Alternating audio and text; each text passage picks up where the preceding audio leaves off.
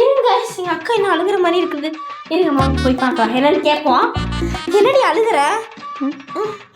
ஏய் அழுடி, ஏய் அழுடி. வரமாட்டேங்குதுரி. அழுடி வராத அழுகி வாவானா எங்கேருந்து வரும்?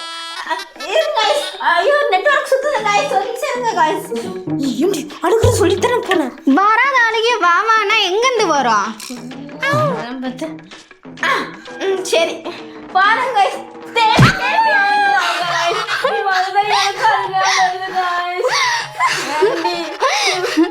எதுக்கடி கோல மிதிச்ச? பாருங்க எப்படி அழுகுறான்னு எனக்கு ரொம்ப கஷ்டமா இருக்கு. எதுக்குடி அழுகுற? பாய் ஃப்ரெண்டோட சண்டையா? ஏன்னு சொல்லு, நான் சேர்த்து வைக்கிறேன். என்ன பிரச்சனையா இருந்தாலும் என் பிரச்சனையே நீ தாண்டி. நீ எல்லாம் ஒரு தங்கச்சியா? எல்லா வீட்டுலயும் என்ன நடக்கும் சொல்லு. ஆமா, பின்ன நீ இல்லாம எல்லா வீட்லயும் அக்கா யூஸ் பண்றது தான் தங்கச்சி கொடுக்குவாங்க. ஆனா இந்த வீட்ல மட்டும் தங்கச்சி யூஸ் பண்றதை நான் எடுத்து போட்டுக்கணுமா? உனக்கு இந்த துணி எதனா பத்துமா? இந்த துணி யூஸ் பண்ணிட்ட அப்புறம் நான் தான் போட்டுக்கணும். இந்த வீட்ல யார் அக்கானும் தெரியல, யார் தங்கச்சினும் தெரியல. என் தலையெழுத்து இங்கெல்லாம் வந்து நான் மாட்டியிருக்கேன் பார்.